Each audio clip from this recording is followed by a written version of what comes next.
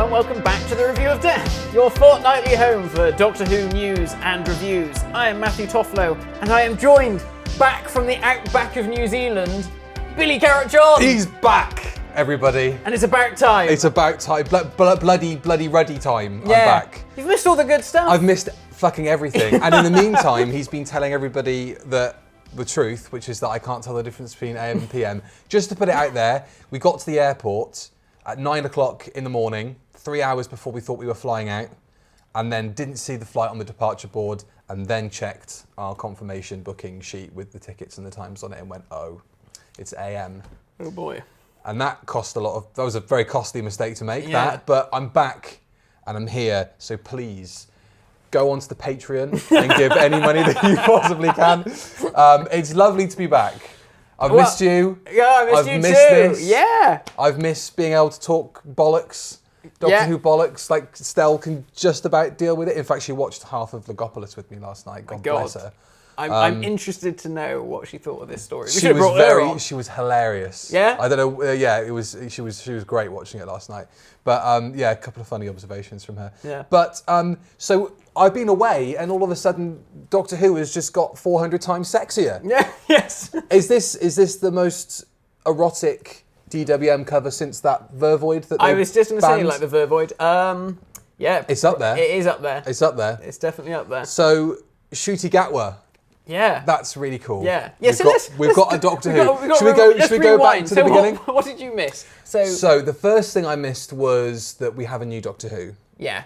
And that's Shooty Gatwa. Yeah. All of the information regarding Doctor Who that happened while I was away was imparted to me by Matt. Yeah. Some 6 or 7 hours after it happened.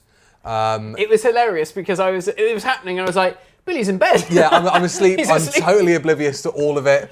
So I should have rang you up middle of the night and you'd be like, oh, what's going on? Well, if it was announced that, reading this, Russell says 1:30, he walks onto the red carpet. Something like that. So I was probably about to get into bed. And just wasn't looking at my phone. Oh my God. So, yeah. I mean, I don't think Stella would have been too happy if you were about to get to bed and then like, I mean, she was gutted because that was going to be our first lie-in of that portion of the trip. Oh no. And I was like, oh, there's a new Doctor Who, I've got to get up and do Review of Death. But she had the dog, so she was all right. She was okay. She had a cuddling companion. She had another Billy to cuddle. Exactly. So that was all right.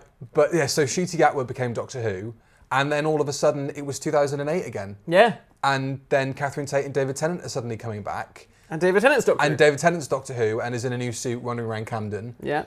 And Rachel Talalay's back, and Peter Capaldi might be back. I can only hope so.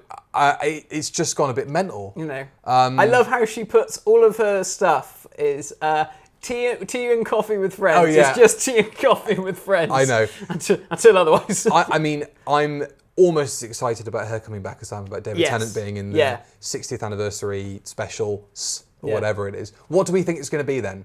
Because it wasn't until I watched the last episode. Yeah. Thank you very much to Ellie, obviously, for coming in, and for Johnny for holding the fort down as well while I was away. Sorry you got roped in so many times. But that was the first time I was like, oh, there might be more than one special then. It hadn't really crossed my mind. Yeah. And then Russell saying, you're going to be sick of us.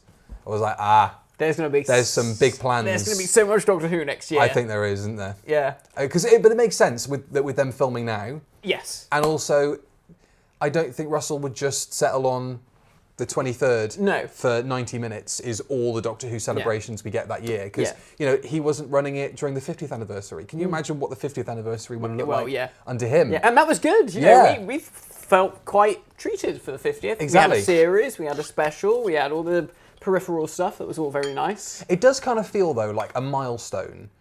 It doesn't... It's like 50th anniversary. Yeah. Whoa. 60th anniversary. 75th anniversary. Well, that's a big one. Yeah. It's kind 80. of 80. Yeah, I suppose as it gets. Yeah, it's just every 10 years. Yeah. But 60 is kind of like I could wait till the 75th before you do something majorly crazy again. But I guess like a movie. Yes, but I guess for Doctor Who fans and for the audience, there's been something of a drought of Doctor Who content just generally. You know, we don't even really get a TV series guaranteed. It is. It's like, it's let's make up for I think that's what it is. I think Lost it is time with our we need to friends. tell the audience that Doctor Who is back. It's on television. Well, Doctor Who was just on generally, and rather than just like not having like a TV spot. Yeah. During, before and after Doctors in the middle of the day. Yeah. Like that's basically all you get. Yeah. So yeah, crazy exciting. Bonkers, isn't it? Bonkers. I think we're going to be careful with what we talk about going forward, just with the amount of information we give away, because we understand that not everybody follows Doctor Who sausage rolls on Twitter. And not everybody's jumping into their mystery machine and stalking the cast and crew on location. See, I told you I should have bought that Bessie. I know. And we could have gone trundling up to Camden. Could you imagine? Can you imagine how quickly we would have had a restraining order slapped on us? No, I think they would have David Tennant would have loved it. That's Bessie. And then, okay, great and Wash, get back, yeah. No, Russell would have been like, Russell, quick, write us in. Not us, the car. I think that, like, we need to be careful with the information we impart. Yeah. Because we're interested in what's going on with the filming day to day. Oh, yeah. But not everybody is. So, there are other characters coming back that haven't been announced. But, we won't go into those. But that's exciting. Yeah. And we've got a new Rose. So, yeah. What do we think? Is the 60th anniversary, is it Meta Crisis 10? Is it Parallel Earth 10? Is it just normal 10? Like, what's it going to be? I'm assuming it's Jodie glitching. I reckon Jodie's going to glitch out and become a new version of the 10th Doctor. Mm-hmm. And I had a thought earlier on. Obviously, at the end of time, he turns around and says, "I don't want to go." Mm. What if he's back because there's unfinished business? Maybe that's why he didn't want to go. There was one thing that incarnation didn't get sorted out. That would feel a bit crowbarred. I feel like we would have needed to know a bit more about that, because otherwise it's like, oh, well. He met all these companions. Maybe there was someone he missed off. Well, but then that's like, oh God, no, not on the fucking lap of honor. It's like, what if, like the curator. Yeah. Just a few of the special ones there, whatever he said. A dreadful piece of dialogue. I hate that. Some of the old favourites. Ugh, horrible. That doesn't need an explanation. No. And I kind of feel like this doesn't need an explanation. If they're just going to do it, it's like, so what? It's the 60th anniversary. Yeah. You don't need an excuse to get the old buggers together. If the Centenary special does not end up with David Tennant in Jodie's costume, seeing his reflection in something and going, what? Yeah. What? I'd be shocked. Right, I mean, Russell's had a hand in probably the last scene. Yeah. Because that was generally that's always been the way. The incoming showrunner writes the last scene of that episode. It's like we're having a bloody casting couch session with him, with his tits out. Get your nips away, bro. So yeah, I mean, or even, I mean, it would make sense, I guess, if they're shooting it now, but it may not be David that she regenerates into straight away. No, yeah, maybe like this could be the middle one, or something, or it could be it might start shooty and then it go and then oh, that's another fucking white guy again, or it could be any of the three, because the main three rumors, and none of this is based on stuff that's been officially confirmed. It's just stuff that's been put out there by people involved in the show. Rachel Talalay having coffees with Matt Lucas and Peter Capaldi would have heavily suggest to me that they're both involved in it in some respect. I mean, I would hope so. I hope so as well, and I like the idea that it's those two. Yeah. I think they're a good pairing. And Paul McGann, have you heard what he said? No. He said that he got a text from Sylvester McCoy saying Scots for Scousers too, and they asked him about the 60th. When's your car arriving at the studio? We're about to film the next Regeneration. They said to him, like, oh, what do you think about the 60th? And he was like, oh, he said, this is showbiz. We won't know about it until the last minute if we get called up to do anything. Which suggests there's been seeds planted. Yeah, and he said something like, I'm sure we will be involved somewhere because the fans will want it. And Which is more than anybody said about the 50th. Yeah. The 50th was like, I don't think they'll want us. Yeah. And they didn't, which is why they did the Five-ish Doctors reboot. Yeah. But him saying that is giving far more away than... Because now it's like, if you don't turn up, like, it sounds like nobody wants you by your own comments. Yeah, can you imagine that? Like, on 23rd of November, fuck me, they never rang me up. They never rang, I forgot. The phone might ring, it might ring any minute. I might be able to beam in live or something. Yeah, I've got my sonic screwdriver upstairs and my dark eyes outfit. Weta screwdriver. Weta. Yeah. Yeah, did you go there when you were in New Zealand? I didn't go to Weta Workshop. It's cool, apparently. Like, the actual workshop's really cool. But I did see a Weta. Right. They're like little crickets. Oh, are they? Oh, okay. It was dead. It fell out of fridge. Out of a fridge? Yeah. Oh, like in the seal. It's not being used. It's all right. It's all right. Don't worry. It's not like I painted. I was going to say, what's painted the my experience there to be like you were staying? Living in a trailer park or something. No offense if you do live in a trailer park, by the way. Let's talk about anything else, because has anything else happened that we need to be kind of aware of before we jump into today's topic? Has anything else happened? We've got season 22 coming out. Oh, I can just flick through Doctor Who magazine. Oh, yeah. Shall I just see if happening? anything interesting pops up? We've got the 4K restoration of the Cushing movie. I mean, this is a Cushing special. If it wasn't for Shooty on the front, we'd have a nice big picture of Peter. Peter Cushing on the front. More Big Finish box sets with the same fucking cover art. That's great to see. I'm getting bored of that water drippy aesthetic they're doing. Oh, really? Yeah. Oh, I like that. I like it, but it's been used too much too quickly. Is that what you're... It's the fact that it's just become the design for it, and it's like maybe you can make the big audio book, because they're like 7-hour-long audio readings now with John Coleshaw. That's fine for that, or for the War Doctor ones. But every box set shouldn't be looking like that. That's it just doesn't. There's not a lot of scope to do a lot of stuff within it, because I feel very restricted by the way it looks. Yeah. But that's just me, poisonally. Legend of the Sea Devils, that was shite. I've had a bit of an epiphany with that one. Really? Yeah, I've watched it subsequently. Did you watch it again? I think it was the excitement of watching Doctor Who abroad, and the kitschness of there's adverts. But then when you watch it together, it's like, those adverts were kind of like bringing me down, like bringing blood pressure down, calm, it's fine. And then you go back into it and you kind of forget about the shit that had happened right at the end of the previous part. And so when you watch it all together, you're like, oh no, actually, no, this isn't great. Lots of Cushing stuff in here. Good, love a bit of Cushing. Colin's got a new companion for Big Finish. Another one? Another one? Look. Peter Cushing, a Peter Cushing comic. How cool is that? So good. That's great. I don't read the Doctor Who comic strip, but I will read that. Have you ordered the 4K restorations of the films? I haven't, because I had to buy flights from New Zealand to the UK again, so I haven't been able to do that. And I'm only saying this because they didn't ask you to contribute to the action figures extra, but as per usual, there's only like 2 interesting pages in DWM. So there we go.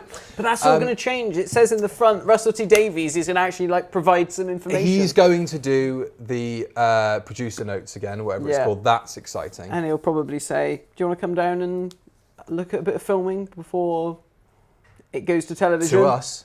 To us, to us. You better bloody do. I was almost going to make the joke the other day when Shooty was announced. I was going to be like, oh, well, I asked Russell after you'd buggered off. I was like, "Oh, Russell, it's just me on my own for a couple of weeks. Could you just give us something?" This would be a great prank, wouldn't it? Yeah. we've got we finally got the Doctor Who podcast that we wanted to get off the ground for ages. Yeah. And the first time they announce a new Doctor while we're doing it, I'm not here. Yeah.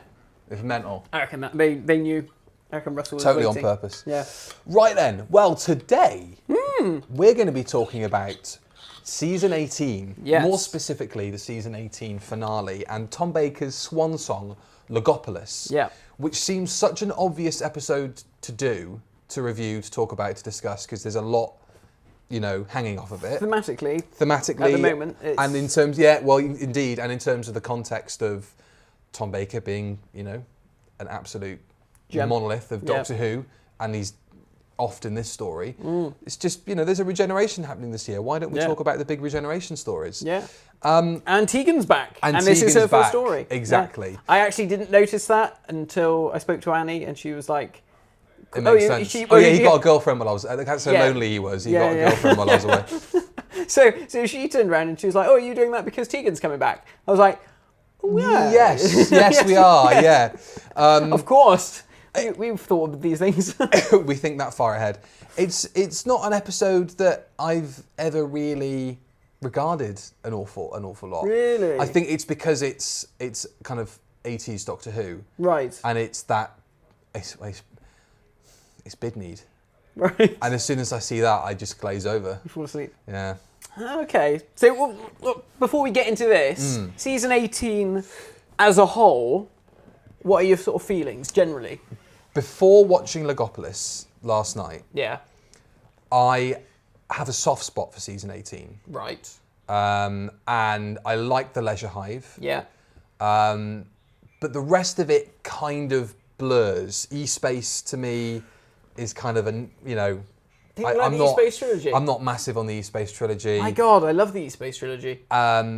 It's quite bland and quite forgettable to me. It's a Brave New World because it's Doctor Who with synths and it's Tom and his Burgundy and a new title sequence and better visuals.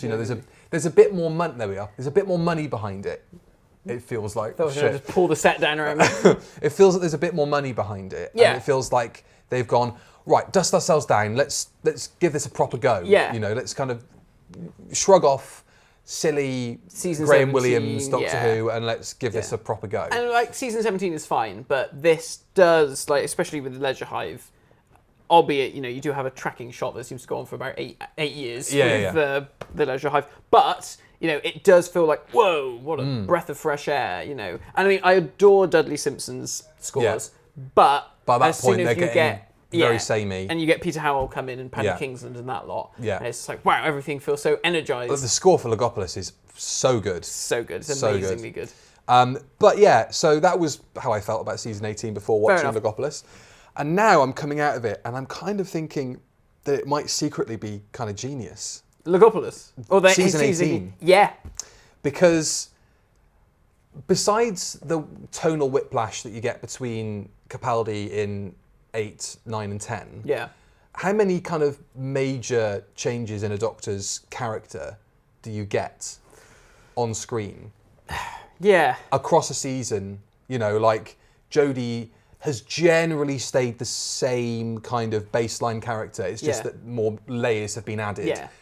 She's gotten more tetchy. And that kind of, okay, it can't all be rosy. Yeah. And I can't just kind of go, oh, that's weird at everything. Yes. You kind of have to deal with it at some point.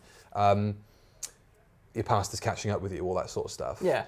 And season 18 is a very grave feeling season of Doctor Who. You can tell, like when you start Earthshock for the first time, something big's going to happen. Yeah. And I think you kind of get that impression through season 18, but obviously certainly through Logopolis because you've got the Watcher leering around every corner.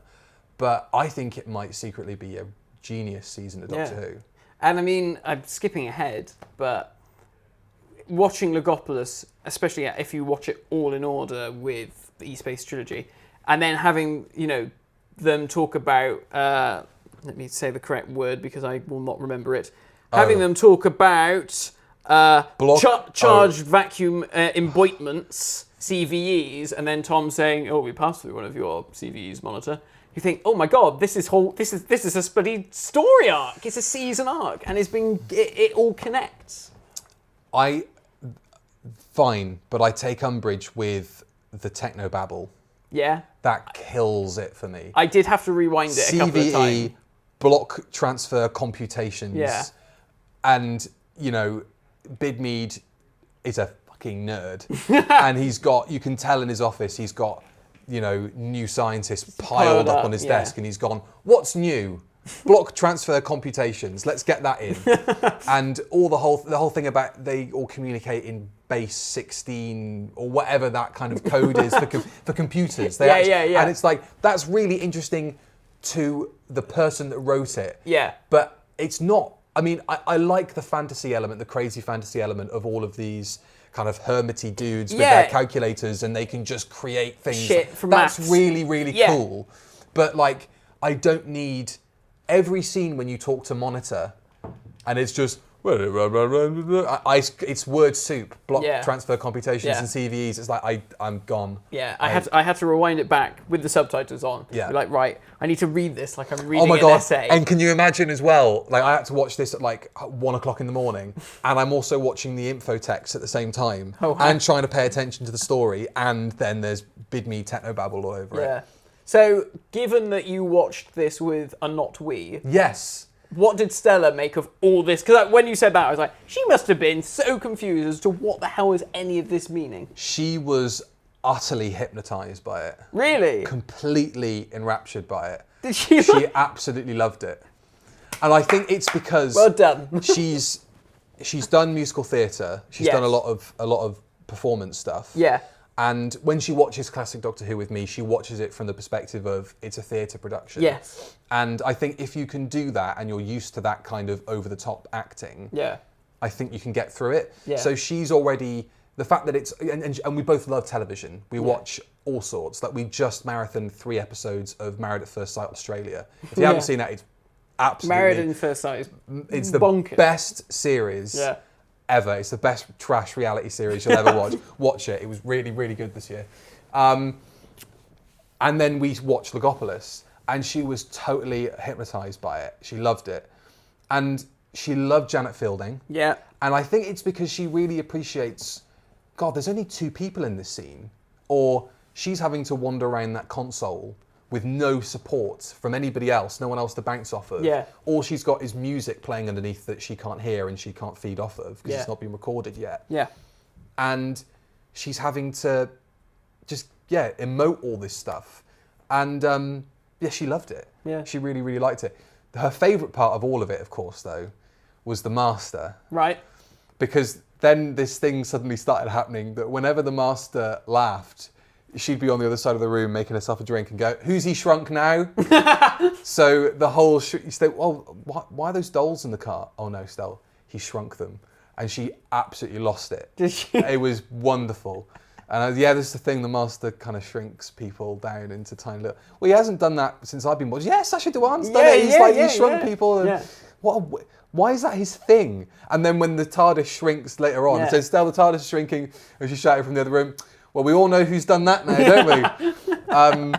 So it was a joy watching it with her. She really enjoyed it. Oh, that's really good. I'm so glad. She didn't make it all the way through. No. She did tap out about 5 minutes into part 3. Right. But so she didn't see the end. she didn't see the truce. She didn't see the regeneration. Oh my god, she missed like the best big bit. I know. Crazy. Shit. Oh, no, you got to go back and put it on for her. So you've got to watch it. I think I might be pushing my luck there. But Did she not know that it was Tom's last story? I was sort of letting it on because I thought she's probably not going to stay to the very end. But if she does, I won't let slip what the watch is about. Yeah. Who she just immediately laughed at as soon as he appeared from the other side of the A road, beckoning. It's quite. To be honest, if the Doctor tried to cross that road, he would have got hit by a car. Maybe and triggered a regeneration. Maybe he's like, let's get it over with. Let's get it over with. There's a mini metro coming, quick. Does it feel weird seeing Tom in that contemporary setting? Yeah, it's because that moment when he's next to the TARDIS and he's looking across the road and there's just cars going past. Yeah. You just think, this is a really weird setting for this story to be taking place in. I think it's that thing with old Doctor Who. Obviously, like now, Doctor Who being in modern places is just, par for the course. Par for the course. Yeah. Fuck me. Runaway Bride is on the motorway, Yeah. You just take it in its stride. But back then, so much of it was countryside, village, big country house. Yeah. And it's only really in the 80s you start seeing cities. Well, invasion you get that. Yeah. But they're always Silurians. deserted, aren't they? Yeah. In those invasion stories. Yeah. So to have somewhere which is like, oh, this is a real life place, and it's just weird. Like even seeing Tegan leave her house to go to work. Feels very strange. It does. It feels kind of. Well, it feels very humbling. Yeah. And I think for a season that is bringing a lot of the elements of Doctor Who down to earth and kind of grounding everything a little bit. Yeah. And when they do science, it's, as Cubby Broccoli would say, we are not science fiction, we are in fact science fact. All those lasers and like jetpacks in space. Exactly, yeah, because Moonraker is, totally real. NASA scientists use it to figure out how to like moonwalk and shit. Yeah. It's it's very odd to see the Fourth Doctor sort of cut down to size in that way. Yeah. And especially when Tom is giving such a muted performance, which we'll talk about, because I think that is...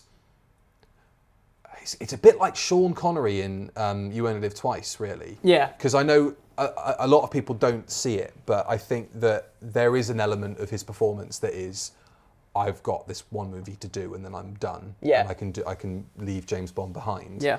And I think there is an element of that with Tom. And I did sort of say to Stell, we've got to watch some prime Tom, because you can see glimmers of, early Tom in the dedication he had to the performance. But then maybe he's just doing a different Fourth Doctor. But I don't think it's been looked into as yeah, he probably hasn't. He's not made that decision I don't as an think actor. he's thought about it No. that much. I think it's just... He's probably withdrawing. Yeah. Yeah. But I mean, I think it is for the benefit of the story. It's for the benefit, but then how much credit can you give it? Yeah. Because at the end of the day, I'm still seeing a pretty fucking pissed off bloke. That's all it is. There's still a magic to him because it's Tom Baker. Yeah. And I watched that A New Body at Last documentary afterwards, and he's firing on all cylinders, because he's doing that whole. Well, they had suggestions and they wouldn't listen to me, and they overruled me, and I didn't like that. And it's like, you can't just say that in a work context. That's not really how it works. You're not the producer. And there's a spark to him and a magic to him, undeniably. Yeah. But I'm watching a checked out dude. Yeah. And that kind of brings it down for me a little bit. Interesting. See, I love all that because he knows that he's going to die, and he's just waiting for it to happen. I suppose I need to divorce real life from the fantasy, but it's quite difficult. Yeah, I mean, I know the two, Tom and the Doctor, are the same character. Yeah. So it is difficult. Maybe that's why it's so difficult. Yeah. Because you can see when other actors play the Doctor in certain stories, you think they're not feeling this script. Yeah. But when Tom isn't, the Doctor isn't. The Doctor isn't in the story. Yeah. It's very odd. Yeah. Should we do really quickly our number ones? Oh yeah, please do. Because the way I've written my notes, they're not really. It's just a stream of consciousness. Yeah. So I'm just going to I did try to keep up with it for Delta and the Bannerman. Perfect. Yeah. I saw that. Thanks for fucking murdering that segment, by the way, on that episode. UK number one, Shut Up Your Face by Joe Dolce. You're joking. Yeah, no, honestly. That's what Tom Baker was trying to say to Tom Monitor. Shut up your face. Bloody Monitor. And in the weeks prior, it had been John Lennon's Woman and Imagine, because he'd been shot the December just gone. So that's where we are in the world. Right. And UK number one box office, Raging Bull, with Robert De Niro. Robert De Niro. Never seen it, but it's like a highbrow Rocky, isn't it? Yeah. It's like an Oscar. Highbrow Rocky. Yeah, it's like Oscar-y Rocky. Oscar. Well, I mean, Rocky won an Oscar. It did it? Yeah. Oh wow, I didn't know that. So yes, I've written here in big letters because I've just realised halfway through I was like, I'm not actually writing anything salient. I'm just saying sentences or statements. So I've said use each statement as a talking point, put it forward as a point. So the first one I've got here. Is Logopolis a fitting end for 4? I think so. Yeah? Yeah, I think so. No, I mean, yeah, I think the whole season just works for his last story. You've just come off the back of the more bouncy Tigger like Tom Baker, who can do no wrong, and now you get to a point where you're like, oh shit, he is fallible and things are going to go tits up and everyone's leaving him, Romana goes, K9 goes. He feels kind of bereft. It's like, the comic book days are sort of over and now I can't even have a talking cabbage. Yeah. So what am I supposed to, I've got. But at least I don't need to bend down to talk for a 2-shot anymore. But then I have also got Matthew Waterhouse as well, which presents its own problem. I'll just tell him to fuck off as soon as he walks onto set. Oh no, he told Tom to fuck off, didn't he? During the recording of his Regeneration, Tom turned to Matthew Waterhouse and said, "Adric, you're a cunt and always will be."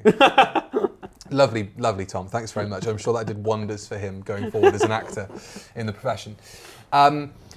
I probably would have said it doesn't feel like a fitting end for Tom previously, just because it's, it's that season 18 sort of like glum. Yeah. Oh, it's not quite as optimistic a season as previously, and I think just because he looks so withdrawn and his costume's very different, it's like you disassociate season 18 Tom from all the previous work he's done on the show. But then actually watching it and with the info text on, giving the context of, God, he's done the show for 7 years and they dedicated a long chunk of that studio time to shooting the Regeneration, obviously for technical reasons. Yeah. But when you watch the studio footage, it feels like an occasion. Yeah. It really feels like this is the end of an era. This is a proper passing of the torch, and nothing's going to quite be the same once Tom goes. And I think he's given a hero's death. Yes. And I think it's really effective. I love that whole sequence for his regeneration. Right from when it goes very quiet. There's a segment where they're all running around and you've got that kind of like, funky music as they're running around in front of Jodrell Bank. It's a great bit of music. Fantastic. It's a great score. Such a good score. But there's a moment where all the music just totally drops out. Yeah. And Tom is just running to the space, and you think, if you just start, that's where that bit starts. That whole movement. It's not when he gets into the telescope or when he gets onto the gantry. Yeah. It's that whole movement. Yeah. And it's very purposeful as the music drops out there. You think, right, this is it. Yeah. It's almost like No Time to Die. Yeah. When you think, oh, yeah, I see where this is going now. Yeah. Yeah. It's so good. When you think about it like that, it feels so well constructed, which you think, it probably wasn't. It was probably like, fuck me, you've got to get all this shit shot and make something of it. What was it Terrence Dicks always used to say? So long as we got the episode out and they didn't have to show the title card. And I imagine there probably was an element of that. But though it does feel, I don't know, maybe you'd have to though. Yeah. I think it would be doing a disservice to the show, but also as difficult as it may have been to work with, it would have been a massive disservice to Tom if it hadn't been done right and it hadn't been given that gravitas. And it feels weighty, which I hadn't appreciated before, because I just think when you see Regenerations often, you see it within the context of a 4-minute clip on the Doctor Who YouTube channel, or a 30-second excerpt in a documentary about the show.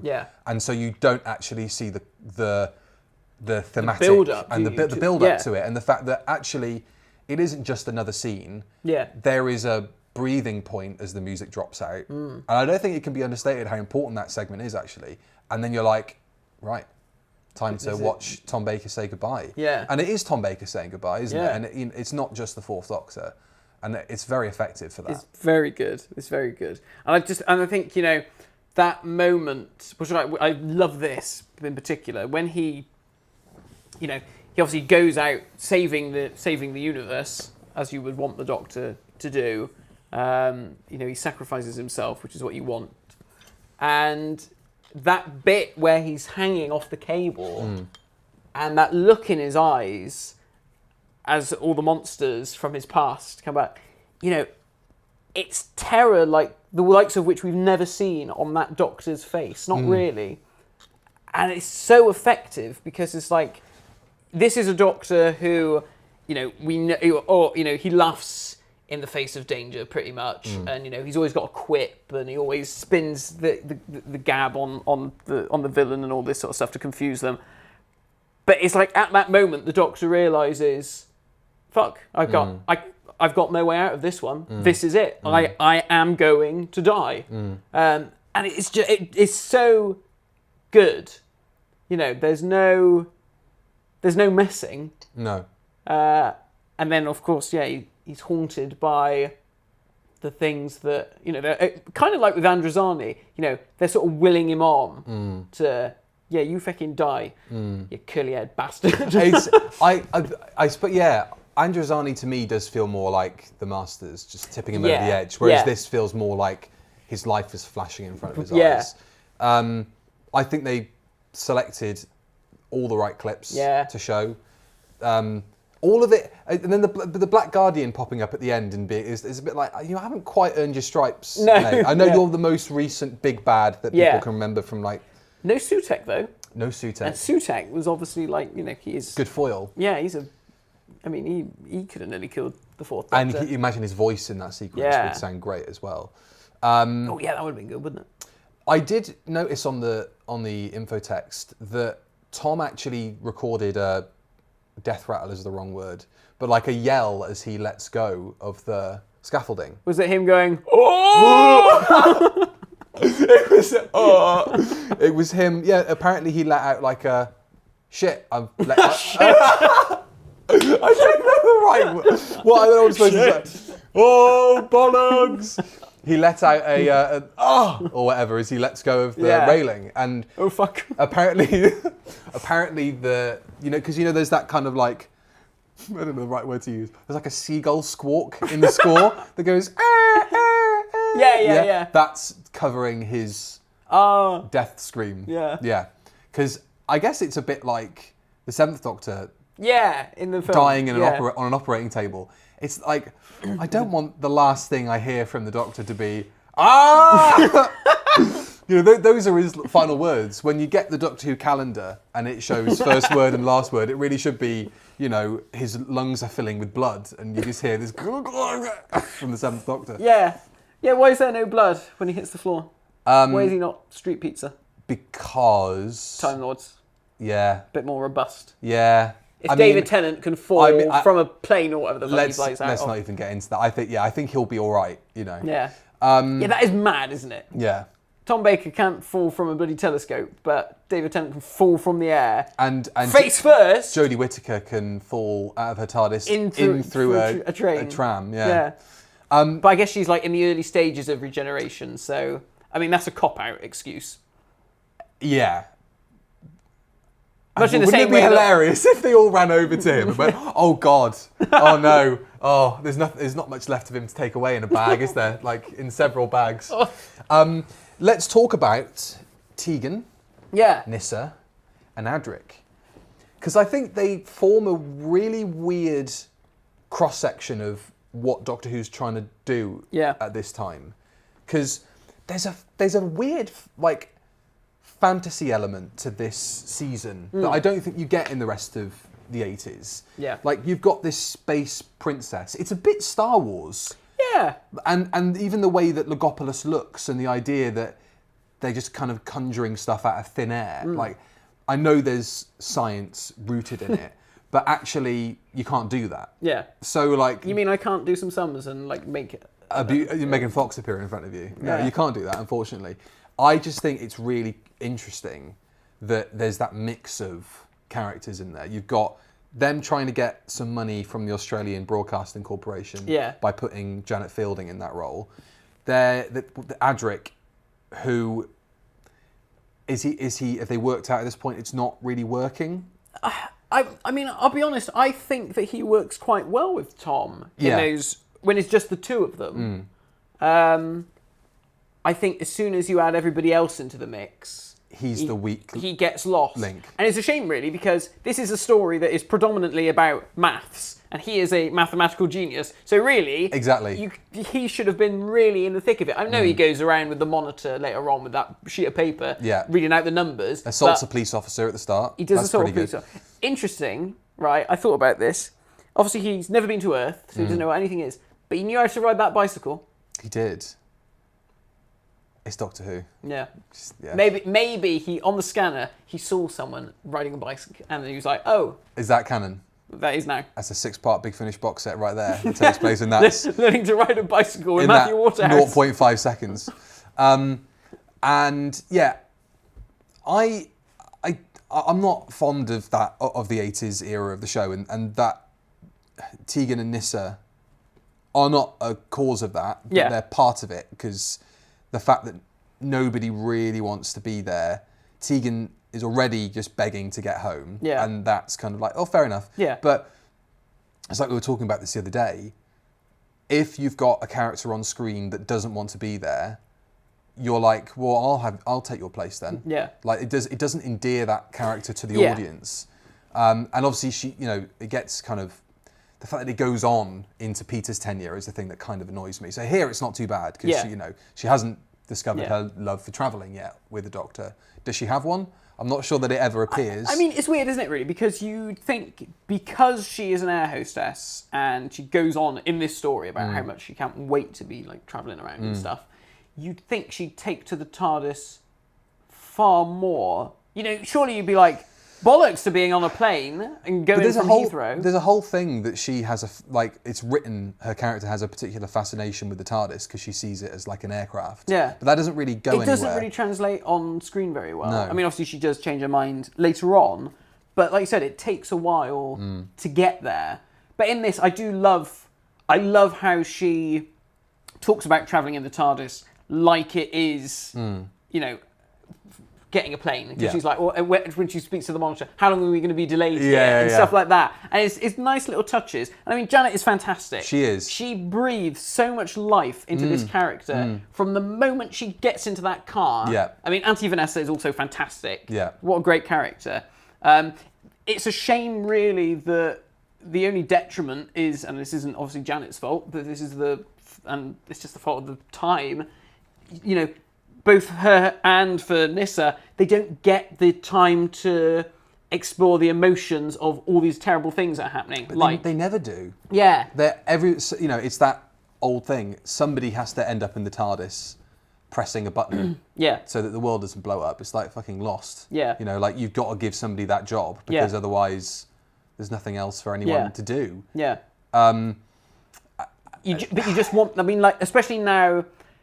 At the time, I wouldn't have batted an eyelid. Now, with the hindsight of modern Doctor Who in particular, you know, you think, oh my God, you know, there should be a massive beat here for Auntie Vanessa. She discovers that Auntie Vanessa has been shriveled up to an Action Man doll. Same for Nyssa. You know, and then they confront the murderer. Yeah. You know, that's a big Finish box set. Nyssa and Tegan go bloody... Well, Nissa's got all the trauma in the world to bloody get over because her dad's the bloody killer. Her dad, that's a big Finish box set. Yeah. Like her getting her therapy sessions, like on tape. Yeah, something like that. I don't know. There is something there. And then it turns out at the end, her therapist goes, and then she just has a breakdown. That is so messed up. Yeah, it's the cruelest thing the Master's ever done. Yeah, because the way he preys on her, and that bit when he runs off and goes, "Don't tell anyone I was here," and then disappears and, you know, puts his cape, throws a smoke bomb down. Boom. That's what I love. I have a whole new love for the Ainley Master. I was thinking he's great. He's just so unashamedly Dick Dastardly, you know? But he's still dripping with evil.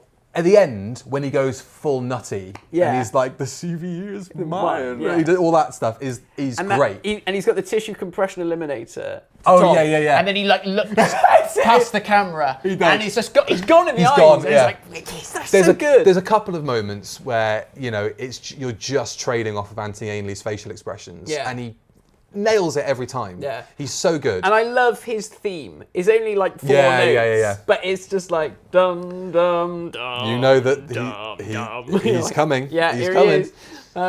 He is. He's great. He's really good fun. He was a good choice. He was a good choice for the Master. I've got a question I want to ask. Yeah. There's a couple of moments, obviously, one in particular where the Doctor goes up onto the bridge to talk to the Watcher. Yeah. And then also there's a bit where they're in the cloisters and Adric has a conversation with the Watcher. What does the Watcher sound like? Is it Peter behind there? I'll talk a bit like that. I just got this image in my head that he goes over and Adric's like, Watcher, what should we do? And you don't hear this, just in the background. Oh, well, what up? I don't know. Well, didn't Stephen Moffat write a short story where it was Tom Baker? Tom Baker is the voice of the Watcher is Tom. Well, Tom Baker is the Watcher. Oh, okay, right. So there's a little short that he did in Doctor Who, one of the Doctor Who magazine specials, and it's the Fourth Doctor having flooded the Thames drained the Thames with the TARDIS. Yeah. And he realises that, I've cocked this right up. What kind of a fucking plan is that anyway? I know, it's so stupid. It is so dumb, even for Doctor Who standards. And he's cocked it up. Potentially killed Adric. Yeah. We can only hope. Right. Twice. Yeah. And he's like, oh dear, I've made a cock up of this. Talks to some Bobby on the beat who's like, fucking hell, what's happened to the Thames? He's like, it's all in that police box. He's like, look, I'm just going to put this white shit on me and this mask, and I'm going to go back in my timeline and basically tell myself, shut up. Don't make this go tits up. Yeah. Or is that him going, somebody's seen me draining the Thames in this outfit. I need a quick outfit change before the rest of the police turn up. What have I got? I've got some toilet roll and some papier-mâché. I'll stick that over my head. The Thames thing is a very odd diversion to the whole. The whole part one is basically a write-off in terms of anything that happens in the story, because he's just like, what do we glean from it? He wants to measure up a police box, and Tegan's late for her flight. Yeah, that's kind of all that happens. You got all that good stuff with the TARDISes inside one another. Yeah, but like that mainly just gets paid off in part 2, doesn't it? All the going back and forth, that all happens in part. Is it in part 1? God, part 1 feels like it went on for an hour. Okay, fair enough. That's cool. There's a really good shot on the Barnet bypass where when the Doctor parks the TARDIS around the police box, and the bicycle bike falls over. Yeah, it's like, what a clever idea. And that idea. happens again later when the Master's TARDIS lands in that the little hermit dude's little shack. Yeah.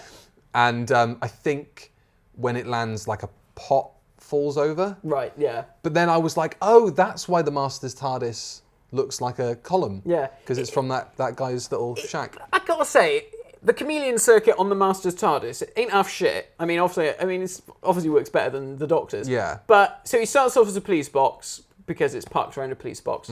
Fair enough, fair dues. I can get around that. I do like the idea of the Master being in his TARDIS with the fucking police box just stuck in there. God, there's an ornament. Yeah. But then he materialises his TARDIS, still as a police box, in the cloister room. Tegan, as a runaround, goes out. Then he changes it to look like a plant pot for whatever reason, a potted plant. Then he lands that on Logopolis, still looking like a potted plant. A planet devoid of all green vegetation. Yeah. And then he turns it into a Corinthian column. Where does no one go? Did someone use their mathematical skills to materialise a pot plant over there? Could you make this look like a Ferrari? Why not?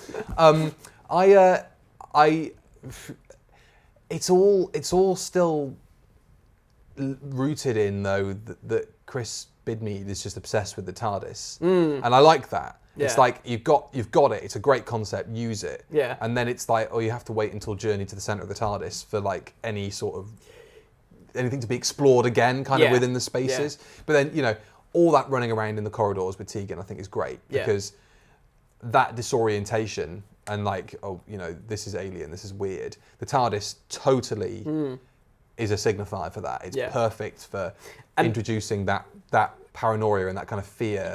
And the cloister room, that is such a good set.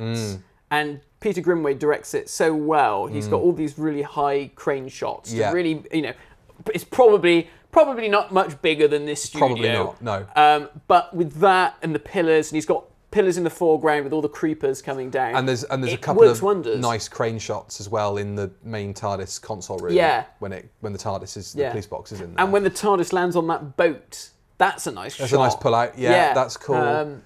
It's nicely directed. Peter Grimwade is a great director. Yeah. I think he's up there with great classic series. Oh yeah, he's up there with directors. Graham Harper and Camfield. And, Doug Camfield and. His writing is not of the same caliber. No, but can we do this show for like 2 years and then go on to Time Flight? I don't feel like I'm ready to talk about Time Flight in this calendar year. Maybe we'll do it next year. God, he's had enough of airports. I just got lost. Oh my! I don't even talk to me about bloody airports and missing bloody flights.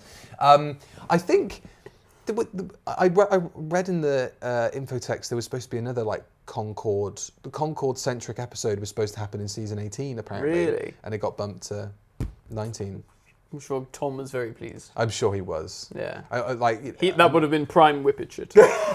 Oh my God. What is this Whippet? Tom in Time Flight. I mean, he just glazed over for the entire thing, just not there. All that stuff in the bloody pyramid with the, whatever they're called, what are these creatures called? Zeraphins? Zeraphas? Zeraphas is the planet. Zeraphins? Zeraphins. X-E-O-N. Whatever it is, he would not have had the patience for that. No. He was like, He'd have been throwing props or kicking the shit out of Khalid. It would have been all over that.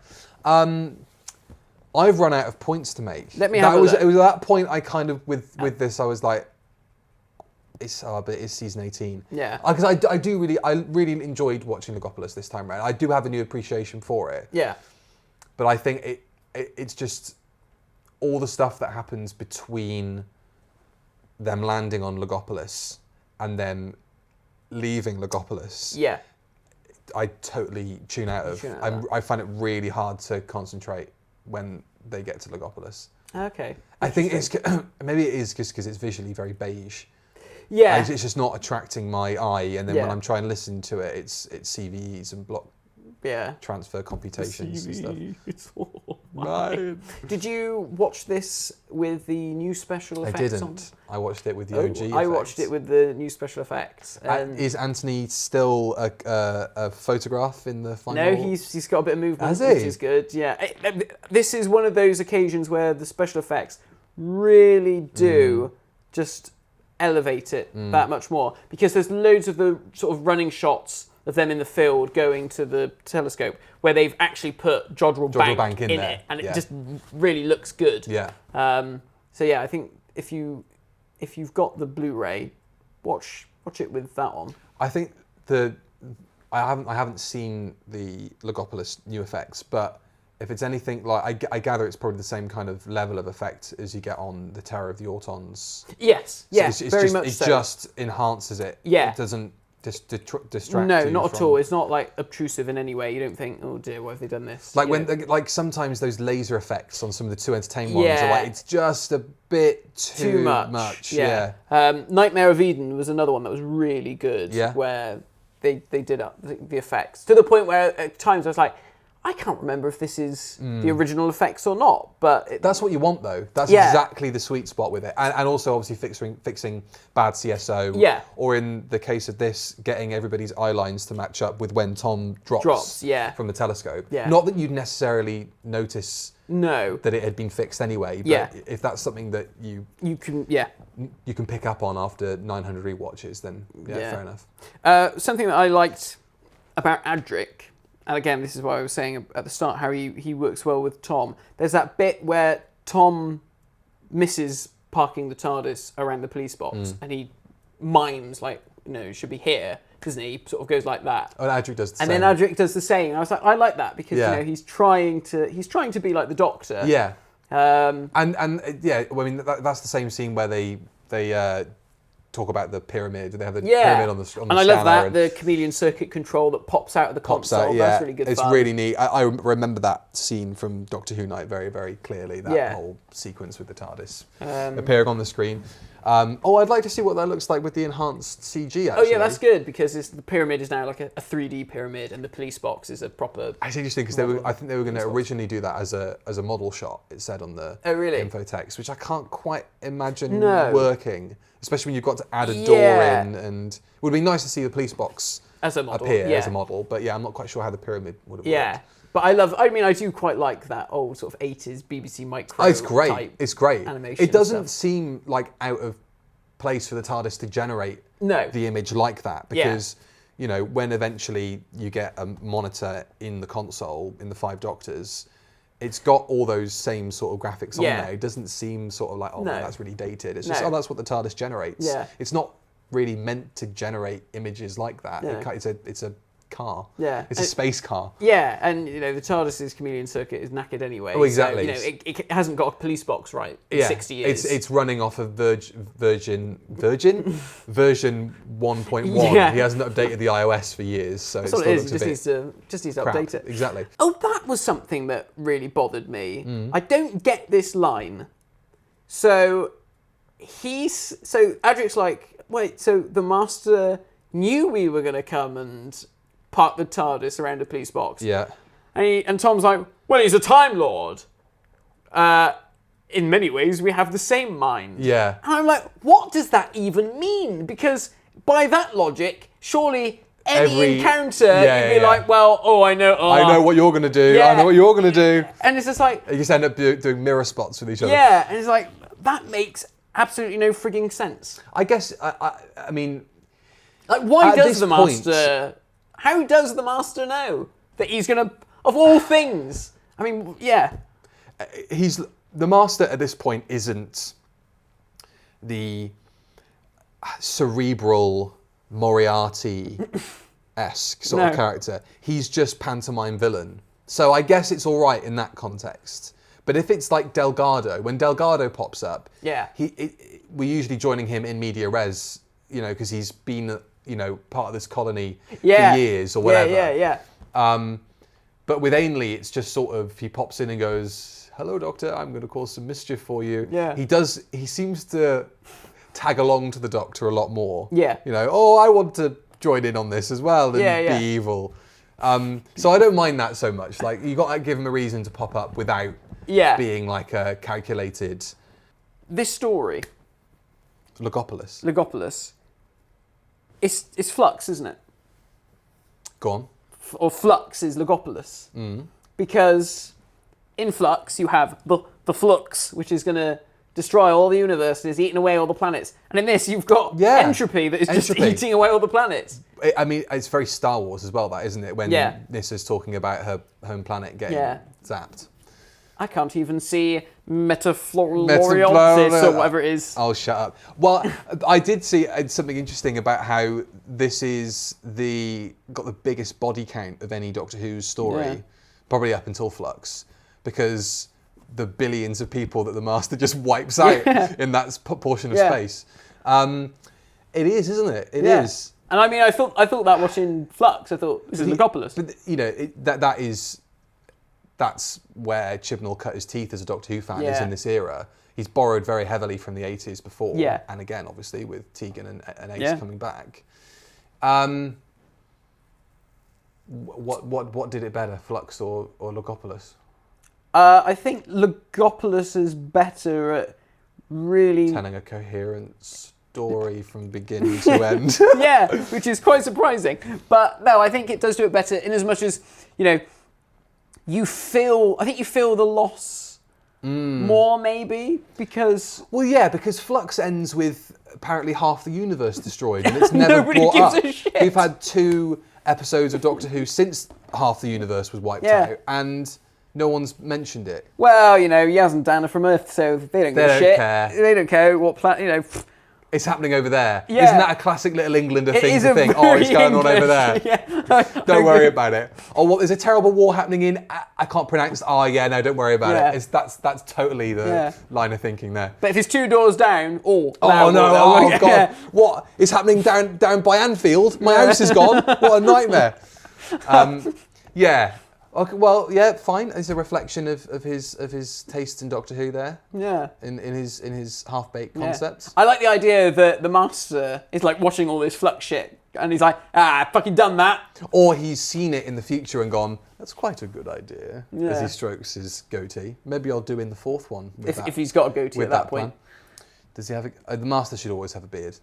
Even if it is just for the in-joke of like, you've got a beard. I think, he should always have something. Some sort of facial hair. Some sort of facial hair. Yeah. Even Michelle Gomez. Should grow a beard. Or like a monobrow. If she can't do it here, just like... I'm glad you said if she can't do it. well, where else? Otherwise it just becomes grotesque at that point. Like, what excuse is she going to have to whip her knickers off? I don't fucking know. I'm trying to think of where else she can grow her hair. Right, anyway. Her facial hair. This is what Logopolis has done to me. I can't talk about block transfer computations. I turn to smut. I mean, I like the fact that the master is like, he doesn't believe that he's cocked up. I love that. Yeah, but that's the megalomania, isn't it? Yeah. That's like the complete, like, he is just so absorbed with the fact he's done it. Yeah, and he's like, he says it, doesn't he? He's like, this is all a plot. You're just trying to stop me from getting what I'm after. And it's like, of course I am, because you want to destroy the world. Yeah, but he's like, you have literally cocked up the universe royally. Yeah. Now, I don't really understand how they fix it. So, the CVEs... I can't add anything to this discussion. You just do your bit. I was just going to say, like, the monitor says, we opened the CVEs into the other universes because our universe was basically knackered. And by doing that, it bought them a bit of extra time to come up with some, mathematical formula or whatever. By opening... Yeah. Okay. But then... by cocking up them doing their sums, everything starts unraveling, and the CVEs start to close, and then I think they go to Jodrell Bank to fire off the mathematical formula, I don't know, into the universe. Right. Or back to Logopolis, like a loop, I don't know. Yeah. And that opens up the CVEs again, and so the master is like, if I have the power to open and close them, and if I close them, I can destroy the universe. Yeah. But then what doesn't stop... What is to stop, I don't know, Jerry the cleaner going into the tower at Jodrell Bank and going, I've got to clean some of these coffee marks off the desk, I'll just pull this plug out and fucking the universe is gone. Down the plug hole, yeah. I guess. I don't think Bidmead's strength is tying up those loose knots. Ironically, it might not be logic. But I do really love the world he created in Logopolis. Yeah. I think it's a really, really cool concept. Yeah, and in Castrovalva. And in Castrovalva. Carries over, doesn't it? I haven't seen Frontius in a long time. I've not seen Frontius in a long time. That's good though. That's a good story. Maybe we should do that later down the line. Yeah. I'm not sure that would bring the views in quite as much as a title on YouTube. Compared to Tenant and Take Back. Yes. Frontios review. I can see the views dipping for that one. Giant woodlice Doctor Who. They're good monsters. I like the Tractators. They are. Yeah. I mean, that's it, isn't it, really? What about the actual... we've talked about Tom falling down and stuff. What about when he's there on the grass? The actual regeneration. Yeah. For years... as a kid, I completely believed they were in a field. It was only years later, and I was like, wait, that's a bit of turf carpet in the studio. The staging of it, I think, is really good. And the score, again. Paddy Kingsland was bloody killing it with these scores. Oh, my God, yeah. I do think maybe having the Watcher involved so directly in the regeneration. Yeah. It's like... It takes a bit of the agency away from Tom's departure. Right. Because he gets his final line. Yeah. And then it's not straight into the regeneration. Then you're like, oh yeah, but what's this thing about? And he gets his regeneration, but I think it's almost like the Watcher's regenerating rather than Tom. Like going straight into the Fifth Doctor. And I mean, they've got that bit of ADR, don't they, of Nyssa saying, and he was the Doctor all the time. Yeah. I think there's an error in her impressions on certain words when she said that. Right. I think she's supposed to be, so he was the Doctor all the time. In the info text, the was is italicized. Right, So I think Sarah Sutton's read it wrong from the intention in the script. Right. Which changes the whole journey that they've had with the Watcher in the TARDIS with Adric. Yeah. Because then there's that sneaking suspicion the whole time that was the Doctor. Yeah. And so then you have your suspicions confirmed, rather than it being like, that's the first time anybody's theorised that could be the Doctor. But the regeneration's fab. I love Tom's last line. Yeah. It's better than 7 fucking years and all I get is this bloody story. So yeah, it's super. It's one of the better regenerations. It is, isn't it? I think. Where would you rank this in terms of classic regenerations? Oh, is Because that? if we're going to run through regeneration stories, we Yeah. should probably start keeping tabs on what we think of Yeah, them. I mean, I think Androzani is like the pinnacle of excellence. And I think this is probably a close second. But then again, Planet of the Spiders is bloody good as well. It's very understated, isn't it? Planet of the Spiders? Yeah. Yeah. I mean, obviously the effect is boring, sadly. I don't mind that. No? I don't mind that. Or in hindsight, it's boring. I think the only reason I'm not too bothered by it is for years watching people edit the modern regeneration on top of that. I'm like, I'd just take the fade. I would take the fade. Yeah. And actually, that was another thing. How original does this, and unique, does this regeneration feel? I mean, obviously, they were all unique in the old days. But again, even with, I suppose the only other exception might be like Sylve, like Colin into Sylve. Yeah. Because all the other ones are just, I'm wearing down. Yeah. Or obviously the second Doctor's regeneration is obviously very different. But yeah, the staging of it, he's not in the TARDIS. Yeah. It's somewhere that's still quite dangerous as well. Like you're not out of the story yet, obviously, because in the start of Castrovalva they have to get out of there. Yeah. That's really good. It is, isn't it? Like regenerating. Like imagine if you had a story where the Doctor, I would say fall asleep at the wheel, but like you're in a scenario where the Doctor has regenerated, a bit like the Christmas Invasion. But it's more of an immediate shit is happening around us. You need to you can't. It's a really bad time to be doing this, and I get this is kind of like that. But you see the Bobbies running after them. Yeah, but they must get lost. At some point. Because it's a really it's up there. It's up there, I think, with classic regenerations. Yeah. I think Androzani's top. Yeah. What's the weakest regeneration? The weakest regeneration. It kind of has to be Colin de Sylve. It has to be Colin de Sylve. Yeah. And not even because of the wig. No, it's just You don't see it. Yeah. There's no emotional impact. No.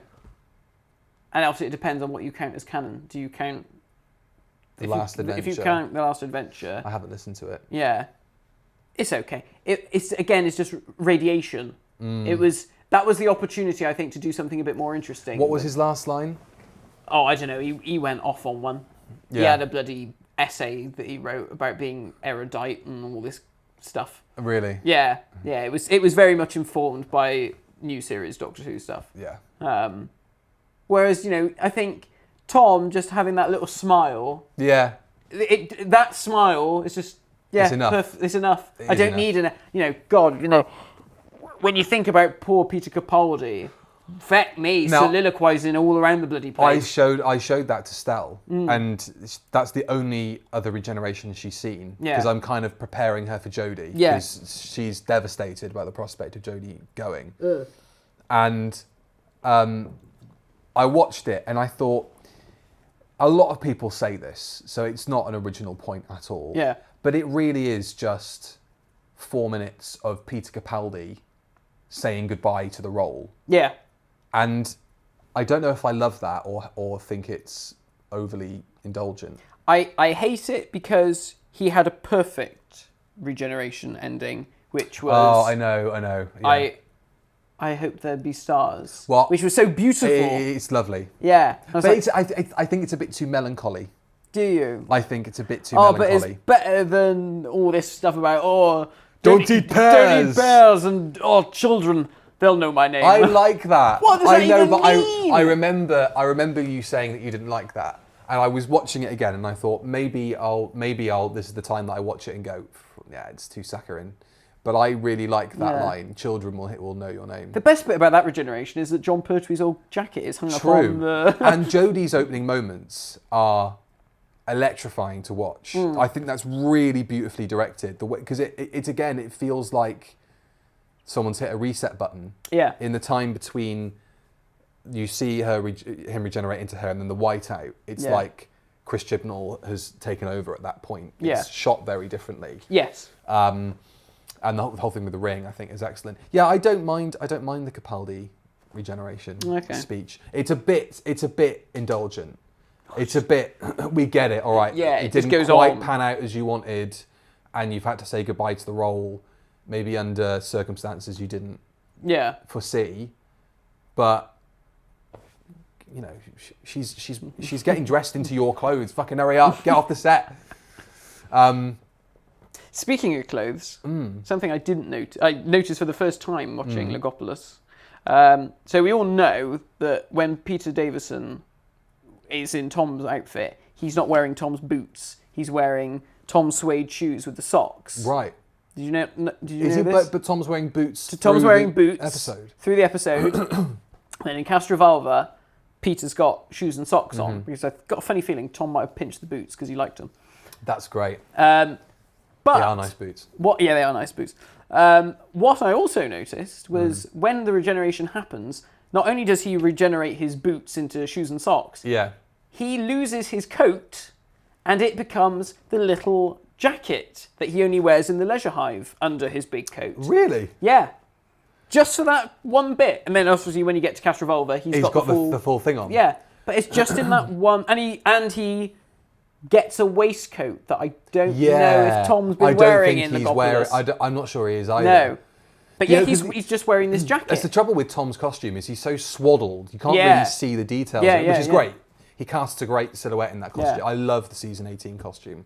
Yeah, it's gorgeous. I think it looks so good. And I feel like it got shit for a while. Yeah. But I feel like everybody now generally accepts that it's pretty good. It's really nice. Maybe that's the feeling, the general sentiment towards season 18 now. Yeah. And I think that the collection sets help that a lot. Very much so, You know, like every single time a season comes out, it gets its time in the sun. Yeah. And everybody eventually turns around and goes, it's fucking great. Yeah. I think that's going to happen with season 22. I think so too, yeah. Which I think might be coming out next week as of the time you're watching this. Which makes me then, you know, then you're like, oh, is it really worth moaning about Doctor Who now? Yeah. You know what I mean? Like current Doctor Who on the telly. Yeah. Just, you know, because at the end of the day, in 20 years' time, when they do Flux the collection, I think there's going to be a sentiment of, oh yeah, it was all right, wasn't it? It was all right. It was good fun. I think we're just really hurt by it. Do you? I think we're really hurt by Flux because we were so high on it. Yeah, and especially those opening episodes when, you know, first one was like, okay, this is an interesting setup. Yeah. And the second one was like, well, this is a good story. And the Angels one was like, wow, this is a really good story. Yeah. And then it just unraveled like Peter Davison pulling apart Tom Baker's scarf in Castrovalva. Yeah, the first four episodes. Yeah. That's a long time for a series of Doctor Who to be consistently good, isn't it? Yeah, really. And then you're like, well, the whole thing's obviously going to be great then. Yeah. And then you get to Survivors of the Flux and you think, oh no, yeah. oh no. Yeah. And then you get to the Vanquishers and you go, I knew it. I knew it. I knew it was going to happen. I mean, like, even Once Upon a Time was like, okay, this is a bit of a weird story out of everything, but this could just be like a little breather episode, you know, just to... It felt like it was. Yeah. But then also you worry, should you have spent that time getting stuff lined up for later on so that you didn't spend... Because Survivors of the Flux feels like what Once Upon a Time was. Yeah. That kind of filler thing. Yeah. It's like, but it's episode 5. Yeah. Like, why are you wanking around with Unit? You know, this is literally inconsequential. I feel like you really need, for Doctor Who, you need to finish the series at the end of episode 5. Yeah. And then have 6 to mop it all up, to do the big climaxes, the big chases. Yeah. You know, okay, this is your plan, this is what you want to do. Yeah. And now I'm going to spend the next 45 minutes stopping you. Yeah. And then the show ends. Yeah. But I feel like Doctor Who has to wait until halfway through the last episode. Yeah. And then they're like, right, now let's stop you. Yeah. I think that's where Flux falls apart a little bit. Yeah. It's like you wasted all that time faffing around, seeing all the Division stuff. If Division wasn't added into it, it would be fine. Maybe you could have spent these 3 episodes, then they wouldn't have felt so separate and aimless. Yeah. Like Legend of the Sea Devils, you could just pluck that out of the running order, and you really wouldn't. You wouldn't bat an eyelid at all. Even with like the progression of 13 and Yaz. Yeah. Like considering that just popped up out of nowhere anyway. Yeah. It doesn't really matter that you lose that. They'll be right back at where we met them at the start of Flux when we see them in the next episode. Yeah. There won't be any. I've got very low, expectations. It is a shame, isn't it? It is a shame, and I think it's very interesting that we now know possibly more about Russell T Davies' Doctor Who than we do about the Centenary special. But that's indicative of a lot of things. It's so indicative of that era. But it's show don't tell. Yeah. Either on screen or in any capacity. Yeah. I'm really disappointed because I've really enjoyed Jodie as the Doctor, and to think that we've got one more episode to go, and I know that my attention is solely locked down on that story. I'm not too fussed about what's going on here at the moment because we haven't even got a costume yet, so I don't give a shit, obviously. Yeah. We got someone else first before we even get to it. We got the 60th. Yeah. So, I'm definitely... But Legend of the Sea Devils just did something for me in the lead up to this final story, and I'm just thinking, I think it's going to be a big part of poo. Show. I think it might be a big part of poo. I mean, it's 90 minutes. We know that now because Russell told us. Thanks, Russell. Yeah. Thank you mate. Thanks for promoting the show more than they do. Yeah. But it's not going to be enough, is it? No, probably not. Because Jodie's regeneration is going to be 10-15 minutes. Yeah. And then we're going to spend 20 minutes with Kate Stewart doing nothing at all. Nah, she's just going to pop up and go, hello, I'm Kate Stewart. Can you remember my dad? And that's it. I think that Tegan and Nyssa are just going to pop up. Do you? I think they'll be in like the last half of the story, and when they do, it's just going to. I think it's going to be there's going to be loads of companions. Do you reckon? I think that they're just two of maybe a dozen. Yeah. Oh, that'd be nice. I mean, it does feel like watching that trailer. I don't really know what the story is. Do you know what I mean? No, I mean it's Daleks and it's Cybermen and it's it just seems like Tarans. I don't know. Were they in the trailer? I can't remember. No, it's not Tarans. Oh. But it just does feel like, I saw the trailer for Legend of the Sea Devils. And I was like, oh, okay, I get what this story is going to be about. It's about pirates versus sea devils. Fine. But this one, I'm like, oh, Daleks, Cybermen, the Master, Tegan, Ace, and a Regeneration. Is that the title? Lesbians. 2 lesbians and a regeneration. Yeah. That's a great title. Well, I think we've reached that point of our conversation, Matthew. Yeah. That we're going to have to wrap it up here. Yeah. But we are going to do something for the patrons. Yeah. Over on Patreon. Yeah. If you head over there now or at some point, there will be a video of Matt and I opening some Battles in Time cards. Yes. That's my birthday present all over again. Yeah. Oh, it was my birthday present to you. It was, wasn't it? Yeah. Yeah. Oh, yeah. How fitting. Because it's, And it's a shame because I still have all my Battles in Time cards. Yeah. And I could have brought them in and we could have worked out if I got any new ones. Oh, shit. Yeah, that would have been quite good. Oh, well. That's a follow-up video. We'll stick these all up on eBay. If we find Super Rose, well, we'll keep it. Yeah. Put it on the set. Put it in a nice... That'll be like our Pokemon hedge fund. Yes. We just keep it back. Cool. Very good. Nice one. Next time, I think we might discuss something revolving around a purchase of yours that arrived today. Oh, yeah. So I think next time... Oh, no, wait. Maybe we're going to do an interview with someone. I think we might be doing an interview next. next. Ignore that. Okay. Hopefully there'll be an interview with somebody coming up next. And keep an eye on the social medias to see whom that might be. Yeah. Stay tuned. The moment is being prepared for. Bye-bye. If in doubt, if you don't know how to end it, just do a Tom. Bye-bye. No, it's a... Oh!